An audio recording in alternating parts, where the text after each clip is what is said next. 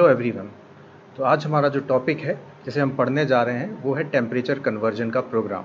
तो हम देखेंगे टेम्परेचर कन्वर्जन का प्रोग्राम किस तरह से बनाते हैं। ये टेम्परेचर कन्वर्जन का प्रोग्राम एक क्लासिकल प्रॉब्लम है सी के अंदर या किसी भी प्रोग्रामिंग लैंग्वेज में। इसमें हम क्या करते हैं, आपके टेम्परेचर्स को, टेम्परेचर वैल्यूज़ को फ़ारेनहाइट स्केल से सेल्सियस स्केल में बदलते हैं। तो ये जो टेबल आप देख रहे हो आपके सामने, ये 0, 20, 40, 60, 80, 100, 120 ये सारी वैल्यूज़ दी गई हैं टेम्परेचर की फ़ारेनहाइट स्केल में। और इसके साथ में जो ये वैल्यूज़ हैं जितनी भी हैं -17, -6, 4, 15 अप टू 48, ये सारी इसकी करस्पॉन्डिंग वैल्यूज़ हैं सेल्सियस स्केल में या सेंटीग्रेड स्केल में। तो हमें यही टेबल जनरेट करनी है। तो बहुत सारे स्टूडेंट्स क्या करते हैं, ये टेबल जनरेट करनी है, इसका वो मतलब समझ लेते हैं। प्रिंट एफ स्टेटमेंट हमें कई बार लिखना है, एक बार प्रिंट एफ में 0 लिखना है, एक बार -17, एक बार 20, -6 और ऐसे करके इसको प्रेजेंट कर देना है। तो ये अप्रोच गलत है, हमें ऐसा नहीं करना होता। ऐसा क्यों है? ऐसा मान लीजिए ये टेबल इतनी बड़ी नहीं होती, इसके बाद क्वेश्चन पूछने वाले ने इस तरह के डॉट डॉट लगा दिए होते और बोला जाता कि ये टेबल जाती है 1200 तक, फ़ारेनहाइट वैल्यूज़ जाती हैं 1200 तक, और यहाँ कुछ सेंटीग्रेड वैल्यू दे देता और बोलता इतनी बड़ी टेबल आपको डिस्प्ले करनी है। तो क्या आप उतनी बार प्रिंट एफ स्टेटमेंट लिखते रहते बार बार? तो डेफिनेटली ये अप्रोच तो गलत होती। तो हमें करना क्या है, यहाँ पर जो आपको डेटा दिया गया है उसके बीच की रिलेशनशिप को यूज़ करना है।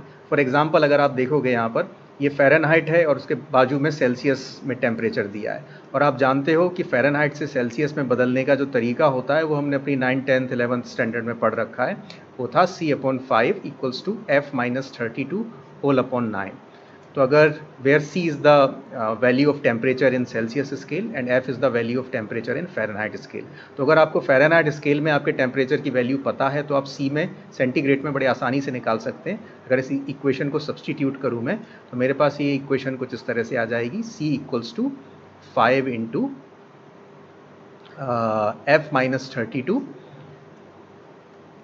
F-32 upon 9, right. तो ये मेरी एक इक्वेशन आ जाएगी मेरे पास। ओके, तो ये एक तरीका हो गया जिससे मैं सेंटीग्रेड वैल्यूज़ पता कर लूँगा। दूसरी जो इसमें रिलेशन दी गई है इस डेटा में वो ये है कि आप देखोगे ये जो फ़ारेनहाइट वैल्यूज़ हैं, हर वैल्यू अपने से इमीडिएट पहले वाली वैल्यू से 20 से सेपरेटेड है। देखो 0 के बाद 20 आया, 20 के बाद 40 आया, 40 के बाद 60 आया, 60 के बाद 80 आया। तो हम कह सकते हैं कि जो स्टेप काउंट है, स्टेप साइज़ है इस फ़ारेनहाइट वैल्यूज़ में, स्टेप साइज़ वो कितना दे रखा है? 20। ओके, तो ये दो इम्पॉर्टेंट रिलेशनशिप्स मुझे पता पड़ गई इस डेटा में। तो इन रिलेशनशिप का यूज़ करते हुए इंटेलिजेंटली मुझे इस टेबल को डिस्प्ले करना है। तो ये हमेशा क्वेश्चन पूछने वाला हमसे चाहता है कि आप इस क्वेश्चन का आंसर इंटेलिजेंटली दें। तो अब देखिए इस क्वेश्चन का आंसर हम कैसे देते हैं। हम इसका डायरेक्ट प्रोग्राम भी बना सकते हैं, लेकिन हमने ये भी पढ़ रखा है अगर प्रोग्राम थोड़ा सा कॉम्प्लेक्स हो तो बेटर है कि हम पहले एल्गोरिथम लिख लें। और एल्गोरिथम लिखने के भी 3 तरीके आप लोगों ने सीख रखे हैं, plain English like statements, flow charts and pseudo codes. तो हम यहाँ पर सूडो कोड बनाने जा रहे हैं, उसके थ्रू एक एल्गोरिथम लिखने जा रहे हैं और बाद में आप देखेंगे कि कैसे हम इस एल्गोरिथम को डायरेक्टली प्रोग्राम में कन्वर्ट कर देंगे। तो देखिए हमारी ये हो गई स्टेप नंबर 1। यहाँ मैं लिख लेता हूँ स्टेप 1। स्टेप 1 क्या है? मुझे कुछ वेरिएबल्स की ज़रूरत पड़ेगी। तो यहाँ पर आप लिख सकते हो टेक वेरिएबल्स। कौन कौन से वेरिएबल पढ़ेंगे? एक पड़ेगा वेरिएबल लोअर, एक वेरिएबल की ज़रूरत पड़ेगी अपर, और एक वेरिएबल जो मेरा स्टेप साइज़ को स्टोर करने में काम आएगा वो रहेगा वेरिएबल स्टेप। तो ये 3 वेरिएबल्स का यूज़ करूँगा मैं, लोअर, अपर और स्टेप। स्टेप में मैं स्टेप साइज़ को रखूँगा जो आपने ऊपर 20 बता ही दिया है।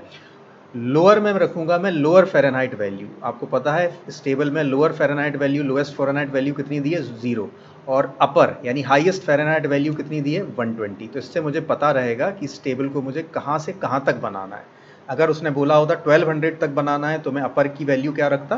1200। ओके, तो अब स्टेप 2 देख लेते हैं क्या लिखेंगे हम। स्टेप 2 यहाँ पर लिख सकते हैं सेट करना इन वेरिएबल्स को। अब ये वेरिएबल जो मैंने बना लिए हैं, ले लिए हैं, अब इन्हें सेट भी तो करेंगे। तो हम लिखेंगे set lower equals to 0, upper equals to 120। मान लीजिए मुझे इतनी बड़ी ही टेबल चाहिए, एंड स्टेप इक्वल्स टू 20। अब मुझे क्या करना है? अब ये जितनी भी रोज़ हैं आपकी एक एक करके प्रिंट करते जाना है, राइट। पहले 0 -17 प्रिंट करेंगे, फिर 20 -6 करेंगे। देखिए कैसे करते हैं। तो मेरी चालू होती है स्टेप नंबर 3। स्टेप नंबर 3 में मुझे क्या करना है, इन रोज़ को प्रिंट करना है, और ये रो को प्रिंट करने का जो काम है मुझे ये रिपीटेडली अटेम्प्ट करते रहना है, रिपीटेडली इन रोज़ को प्रिंट करते रहना है, राइट। तो मैं यहाँ पर एक लूप लगाना चाहूँगा। तो अगर मैं सी में काम कर रहा होता तो मैं वाइल लूप लिख देता, लेकिन क्योंकि मैं एल्गोरिथम में काम कर रहा हूँ तो मैं नहीं कहता कि यहाँ कोई मैं वाइल लूप लगाऊंगा। मैं बोलता हूँ कि यहाँ पर मैं रिपीट करूँगा। रिपीट क्या करूँगा? Certain things. क्या रिपीट करूँगा? Following steps. अब जो स्टेप लिखने जा रहा हूँ मैं उन्हें मैं रिपीट करूँगा। देखिए क्या रिपीट करना है।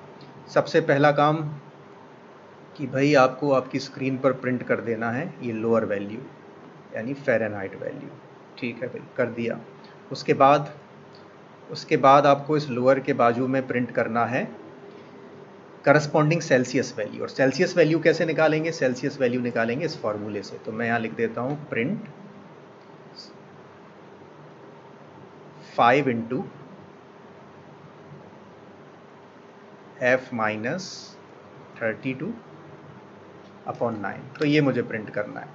चलिए, 0 प्रिंट हो जाएगा, -17 प्रिंट हो जाएगा। कैसे हो जाएगा? लोअर की वैल्यू कितनी सेट कर दी है आपने? 0। तो प्रिंट लोअर करोगे तो क्या स्क्रीन पर प्रिंट होगा? 0। फिर प्रिंट करोगे 5 इंटू F माइनस F की जगह 0 रखोगे, F इंटू -32/9, तो फिर आप -17 प्रिंट कर दोगे। तो 0 और -17 प्रिंट हो गए। अब मुझे क्या करना है? लाइन चेंज करना है। तो मैं अब क्या करूँगा?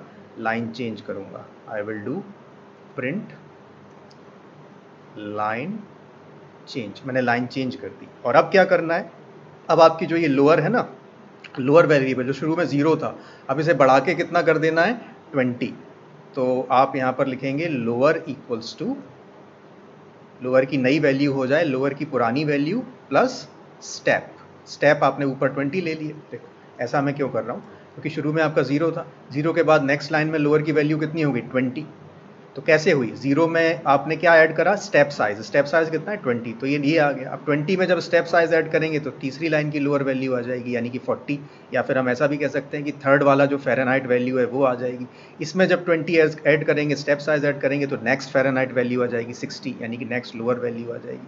तो ऐसा हम करते जाएंगे। तो हमें रिपीट करनी है ये वाली स्टेप्स। कौन सी? 1, 2, 3 और 4। इन चारों स्टेप्स को हमें रिपीट करते जाना है। कब तक रिपीट करना है? ऐसे तो अगर सिर्फ यहीं छोड़ दूं मैं सूडो कोड को, तो ये जो रिपीट करेगा ना, ये इनफाइनाइट टाइम तक रिपीट करता रहेगा। तो ऐसा नहीं करना है। मुझे कहाँ तक रिपीट करना है? सिर्फ 120 तक, जब तक कि आपकी फ़ारेनहाइट वैल्यू या लोअर की वैल्यू 120 नहीं हो जाती। तो मैं यहाँ लिख सकता हूँ रिपीट टिल, जब तक कि लोअर की वैल्यू या तो कम है या बराबर है या इक्वल्स है 120 के, तब तक मुझे ये वाली 1 2 3 4 तक स्टेप्स रिपीट करना है। और मेरी स्टेप 4 क्या हो जाएगी फाइनली? एंड या स्टॉप। तो यहाँ पर जाके मैं अपनी एल्गोरिथम स्टॉप कर लूँगा। तो ये हो गया मेरा सूडो कोड। आई होप कि आपको क्लियर होगा। अब आप देखोगे सूडो कोड को जब मैं प्रोग्राम में तब्दील करूँगा, ट्रांसफॉर्म करूँगा, तो कितनी आसानी से कर दूँगा। कितनी आ गए हम अपने प्रोग्राम की तरफ। तो यहाँ पर मैं 3 वेरिएबल बनाऊंगा। तो वहाँ पर तो मैंने वेरिएबल लिख दिया था। चूँकि मैं सी में काम कर रहा हूँ तो मैं यहाँ पर 3 इंटीजर टाइप के वेरिएबल बना लेता हूँ। इंट लोअर, अपर, स्टेप, कॉमा लगा के आप लिख सकते हैं। इंट के बाद तीनों लोअर, अपर और स्टेप तीनों इंटीजर टाइप के वेरिएबल बन जाएंगे। इसके बाद हमें क्या करना है? लोअर को असाइन करनी है वैल्यू 0, अपर को असाइन करनी है 120 और स्टेप को देना है 20। लीजिए सेट भी हो गया। दूसरी स्टेप थी सेट वेरिएबल्स। तीसरी स्टेप क्या थी? अब मुझे रिपीट करनी थी ये स्टेप्स। तो रिपीट करना है अगर सी में तो हम वाइल लूप लगाएंगे। कब तक रिपीट करना है? जब तक कि लोअर इज लेस देन और इक्वल्स टू 120। Very good. उसके बाद ये ब्लॉक्स लगाएंगे। ब्लॉक के अंदर क्या कोड आता है वाइल में? वो कोड जिसे आपको रिपीट करना है। तो 1 2 3 4 जो स्टेप्स थी रोमन में, उनको मैं यहाँ पर लिखूँगा। क्या करना है? सबसे पहले मुझे प्रिंट एफ करना है आपकी लोअर वैल्यू। तो मैं यहाँ लिख दूँगा लोअर। इसके बाद क्या प्रिंट एफ करना है? प्रिंट एफ करनी है आपको आपका फॉर्मूला। फॉर्मूला क्या था? 5 into lower minus 32 whole upon 9। ये था हमारा फॉर्मूला। तो इसे हमें प्रिंट करना है। इसके बाद क्या करना है? इसके बाद मुझे नई लाइन प्रिंट करनी है। तो नई लाइन कैसे प्रिंट करते हैं सी में? \n, new line character add कर देते हैं। इसके बाद क्या करना है? स्टेप साइज में लोअर को इंक्रीज करना है। Lower equals to lower plus step, ये कर देना। तो बस अब ये प्रिंट होता जाएगा। तो ये मेरा प्रोग्राम बन गया। अब इसे मैं रन करके देख लेता हूँ क्या रिजल्ट आता है। ओके, तो ये आपको दिख रहा होगा, ये रिजल्ट यहाँ पर आ रहा है 0 -17 20 -6 44। तो देखें कि ये जो है आपका this is in compliance to your table जो हमने वहाँ देखी थी, 0 -17 20 -6 44 अप टू 120 एंड 48। तो आप देखोगे ये जाएगा आपका 120 और 48। तो हमारा रिजल्ट तो सही आ गया है, लेकिन इनके बीच में आप एक स्पेस देख रहे होगे, टेबल जैसा फील नहीं आ रहा। फील आने के लिए क्या करते हैं, देखिए यहाँ पर मैं क्या लिखता हूँ, परसेंट और डी के बीच में मैं एक 3 लगा देता हूँ, राइट, 3D। तो 3 लगाने से क्या होता है, देखते हैं पहले क्या होता है। मैं रन क्लिक करता हूँ और आप देखोगे ये थोड़ा सा जो बॉर्डर पे आपको 0 दिख रहा था ना, वो थोड़ा सा राइट में शिफ्ट हो गया। 3 लगाने से क्या हुआ कि ये जो पहला स्टेटमेंट प्रिंट हो रहा है, लोअर की वैल्यू कितनी है, 0 0 प्रिंट हो रही है ना, तो अब ये कम से कम 3 स्पेसेस लेगी प्रिंट होने में।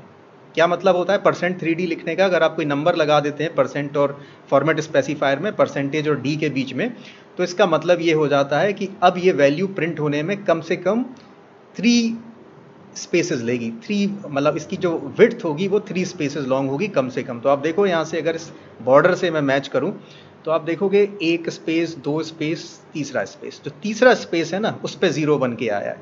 इसी तरह से 20 को देखोगे, नेक्स्ट वैल्यू जो 20 प्रिंट हुई है उसमें 1 स्पेस पहला छूट गया और बाकी 2 स्पेसेस में से 20 लिख दिया गया है। तो जब हम लिखते हैं 3 तो इसका मतलब है जो वैल्यू प्रिंट होगी वो कम से कम 3 स्पेस लेगी।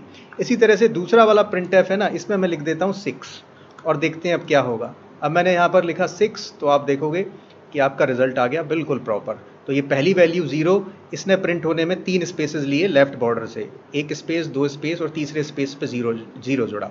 इसके बाद ये जो -17 है, इसको प्रिंट होने में कितने स्पेसेस लगे, 6 स्पेसेस या 6 प्लेसेस लगे। तो 6 प्लेसेस कौन कौन से मिले, 0 के बाद 1 2 3 4, पाँचवें पे ये चौथे पे ये माइनस लगा है, पाँचवें पे 1 है और छठवें पे ये 7 लिखा हुआ है। इसी तरह देखा ये 6D और 3D यानी नंबर्स को ऐड करके आप किस तरह से आपकी टेबल को प्रॉपरली अरेंज कर सकते हो।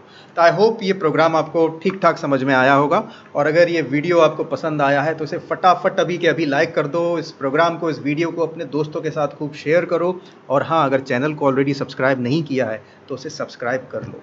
Thank you.